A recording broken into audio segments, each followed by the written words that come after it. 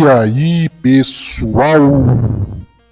Caminação Arapiunária com mais um vídeo. No vídeo de hoje eu quero falar sobre hikikomores e como a sociedade japonesa está caindo por culpa dela mesma. Assim, uma questão que me vem falando há muito tempo é a questão da sociedade japonesa estar decaindo, sobre as pandorinhas de lação hipergâmicas também, coisa e tal. Mas eu digo que não. Acreditem, eu adoraria dizer o contrário, mas não. Porque assim, no geral das coisas, o que está causando a queda populacional do Japão é o próprio Japão. Não é, literalmente, por mais bizarro que pareça, eu já fiz um vídeo sobre isso, é culpa do próprio Japão, não é culpa das pandorinhas, por mais incrível que pareça. Eu vi lá o pessoal do... Deixa eu lembrar... do Pílula Preta, se não me engano é Pílula Preta, ou é a Realidade Efervescente, não lembro agora. Mas ele fala a questão de que as pandorinhas de lá são hipergâmicas, as leis de lá também tem lei para pandorinha. Sim e não. Porque assim, eu vou explicar de uma maneira bem rápida e simples.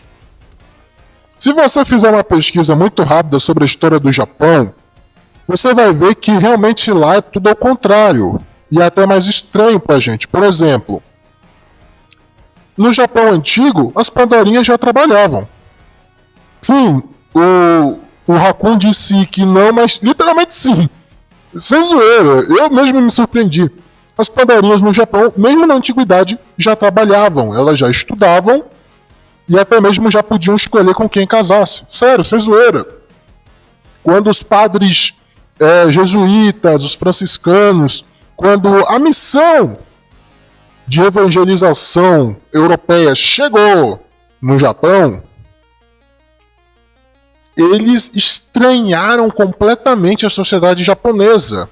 Não só a arquitetura, os gostos, mas principalmente relações entre homem e pandorinha. Se você ler os relatos deles, ele vai ter relato tipo, eu vi mulheres trabalhando, eu vi mulheres dando ordens para homens. Porque naquela época, a pandorinha já podia estudar, já podia trabalhar, já podia ter terras, podia ser dona de terras se quisesse. E principalmente podia escolher com quem casasse. Isso só foi mudar lá pela, se não me engano, pela restauração, que é quando o poder voltou para os... Nem voltou, o poder foi, nem voltou. Engraçado dizer isso até, mas o poder não voltou, ele foi para os patriarcas, mas isso durou pouco. Durou muito pouco, na verdade. Acho que não durou nem 30, 50 anos. Acho que foi até menos. Porque depois a restauração acabou e isso mudou muito lá, voltou para aquelas coisas. E na história do Japão, pandorinha líder, pandorinha senhora feudal, antes mesmo da época dos reinos feudais, da época que teve as guerras e tudo mais, antes disso tem prova, literalmente, eu até surpreendo, pandorinha sendo líder feudal. Sem zoeira. Sem zoeira mesmo. Ou seja, a questão da pandorinha no Japão, trabalhar, fazer essas coisas e terem leis que as protegem, já existe há muito tempo. Por isso que o Femimimi não deu certo no Japão. Porque o Femimimi é assim, todo mundo sabe que o Femimimi não oferece nada. Ele tira coisas das pandorinhas e transforma elas em uma caricatura muito mal feita de homens. Todo mundo sabe disso aqui, né? Mas no geral das coisas, levando em consideração a mensagem, o Femimimi não poderia oferecer nada para as pandorinhas japonesas que elas já não tivessem. Que elas já não tivessem. Pandorinha ir pra guerra. Elas iam pra guerra, por incrível que pareça. Se você pesquisar nas escavações de grandes guerras, você vai encontrar osso de pandorinha vestindo armadura tudo. Esposa de samurai, esposa de sei lá mais quem, vai estar lá. Por isso que eu não reclamo das leis no Japão. O restante eu reclamo, mas no Japão não. Porque lá Chegando na questão hikikomori, tudo isso que eu falei é justamente para chegar na questão hikikomori, porque tem muita gente que tem essa questão com as pandorinhas, dizendo que é culpa das pandorinhas, mas por incrível que pareça, não é. Chegando às eras atuais, a questão tradicionalista, o tradicionalismo extremo no Japão é totalmente predatório.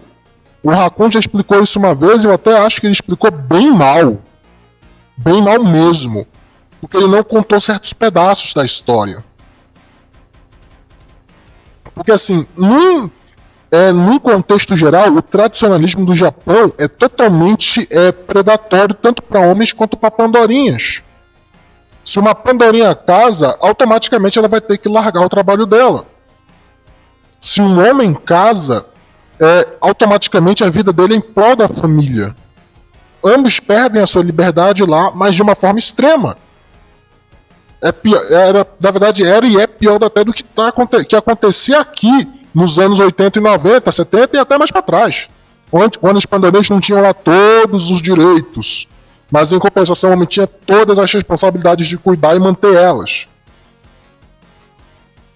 Se você fizer uma análise profunda no tradicionalismo japonês, assim, o tradicionalismo japonês, a sociedade japonesa no geral, é estatutária. O que está errado continua errado e o que deu certo continua certo. É assim desde os períodos mais antigos do Japão. E isso é tal ponto que a pressão social no trabalho, a cultura do trabalho é extremamente predatória para homens e pandorinhas, a cultura do estudo é extremamente predatória para homens e pandorinhas.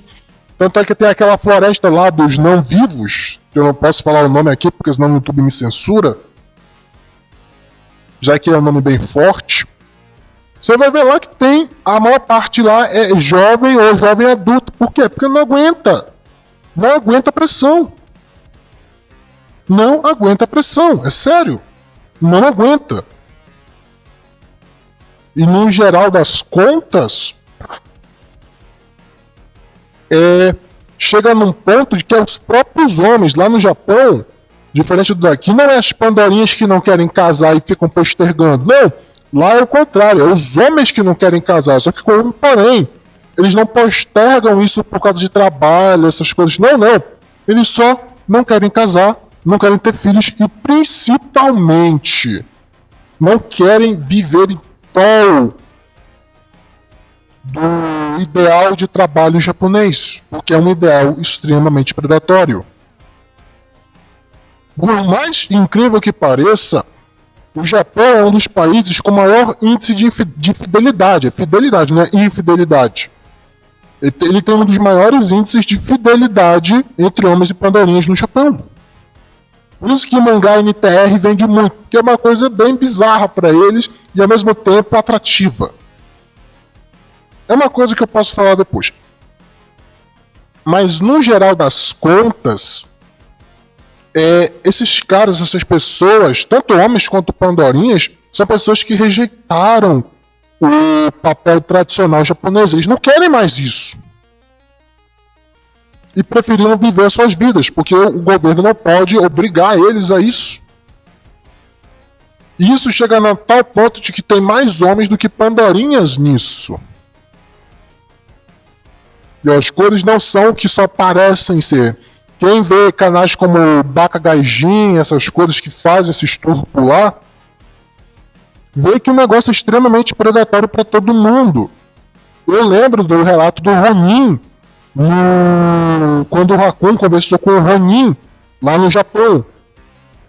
E ele falava sobre como eram as pandorinhas, a questão da pandorinha. Hoje eu posso dizer que é claro que elas faziam e falavam aquilo que queriam que gastasse com elas. Porque mesmo elas já não têm mais dinheiro para gastar consigo mesmo. É extremamente predatório. E está sendo a tal ponto que as pandorinhas é que estão querendo casar no Japão e não estão conseguindo.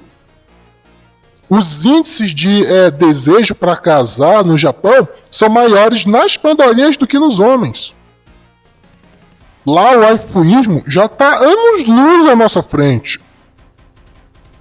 Se vocês querem uma ideia melhor, perguntem para o Ninja Turtle. Eu vou deixar o canal dele aqui na descrição e pedir para ele dar uma explanada aí embaixo.